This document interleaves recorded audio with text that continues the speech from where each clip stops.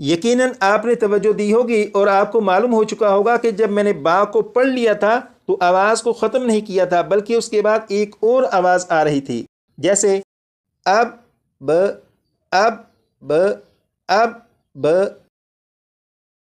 با کو پڑھنے کے بعد یہ والی جو آواز آ رہی ہے اب ب ب ب ب، یہ جو آواز ہے یہ کلکلہ ہے، یہ کلکلہ خوب ظاہر ہو رہا ہے۔ پھر سنیے گا اب ب اب ب ب ب، یہ کلکلہ خوب ظاہر ہو رہا ہے۔ اب میں یہاں سے لام کو اس طرح سے پڑھوں گا کہ لام کی جب ادائیگی کر چکوں گا تو آواز کو ختم کر دوں گا، اس کا مطلب ہوگا کہ میں نے لام پر کلکلہ نہیں کیا، جیسے ال ال ال۔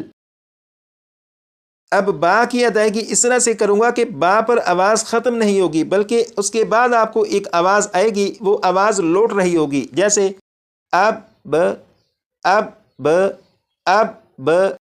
یہ جو آواز ہے یہ کلکلہ خوب ظاہر ہو رہا ہے۔ با پر کلکلہ خوب ظاہر کر کے پڑھنے کے بارے میں جو وضاحت میں نے آپ کے سامنے عرض کی ہے یہ صرف سبق کی حد تک ہے، یعنی با پر کلکلہ خوب ظاہر کر کے پڑھنے کا جو طریقہ عرض کیا ہے اس کا مقصد یہ تھا کہ آپ کو اچھی طرح معلوم ہو جائے کہ کلکلہ خوب ظاہر ہوتا کس طرح سے ہے۔ یہ صرف سبق کو سمجھنے کی حد تک ہے، لیکن جب کلکلہ کریں گے وہ اس طرح سے ہوگا، جیسے یہاں پر با ہے، با پر کلکلہ خوب ظاہر کر کے پڑھیں گے تو اس طرح پڑھیں گے اب اب اب اب اب اب اب۔ یہ با کو پڑھ کر آواز لوٹ رہی ہے اور یہ کلکلہ خوب ظاہر ہو رہا ہے۔ یہ جو میں نے پڑھا اب اب، اگر اسے سلو رفتار میں پڑھوں تو پھر یہ آواز اس طرح سے بن جائے گی اب اب ب اب ب اب ب، یہ سلو رفتار سے، لیکن کلکلہ جس طرح سے کریں گے وہ یہ طریقہ ہے اب اب اب۔ تو امید کرتا ہوں کلکلہ کو خوب ظاہر کرنے کے بارے میں آپ کو معلوم ہو چکا ہوگا۔ آئیے اب اس کی پریکٹس کرتے ہیں۔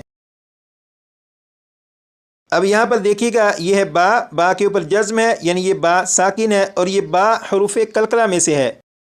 جب یہ با حروف کلکلہ میں سے ہے اور ساکن ہے تو اس میں کلکلہ خوب ظاہر کر کے پڑھیں گے، اور وہ اس طرح پڑھا جائے گا جیسے 6 مرتبہ میں پڑھوں گا، اس کے بعد 6 مرتبہ آپ پڑھیے گا اب اب اب اب اب اب، 6 مرتبہ آپ پڑھیے گا۔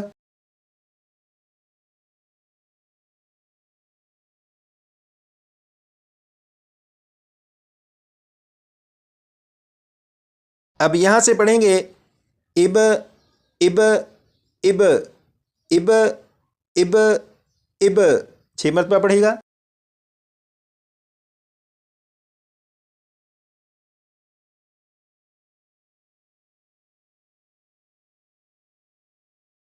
اب یہاں سے پڑھیں گے اب اب اب اب اب اب، 6 مرتبہ پڑھے گا۔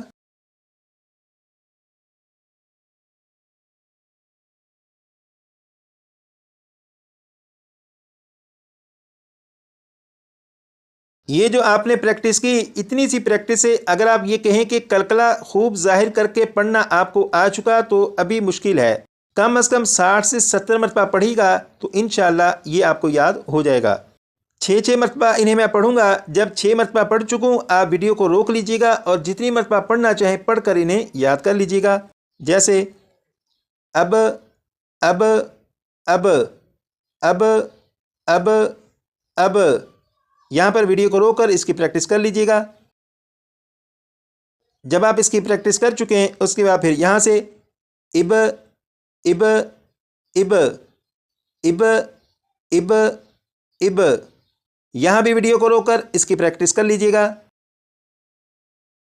جب آپ اس کی پریکٹس کر چکے ہیں تو پھر اسے پڑھیے گا اب اب اب اب اب اب۔ اگر آپ با پر کلکلہ کرنے کی بھرپور پریکٹس کر لیں گے تو قرآن پاک کے سبق پر جب پہنچیں گے تو قرآن پاک میں کلکلہ خوب ظاہر کر کے پڑھنا ہوگا تو پھر آپ کے لیے پڑھنا مشکل نہیں ہوگا انشاءاللہ تعالی۔ آج کے لیے اتنا ہی رکھیں گے، یہ والا سبق کلاس نمبر 20 میں پڑھیں گے۔ اپنا خیال رکھیے گا، دعاؤں میں یاد رکھیے گا۔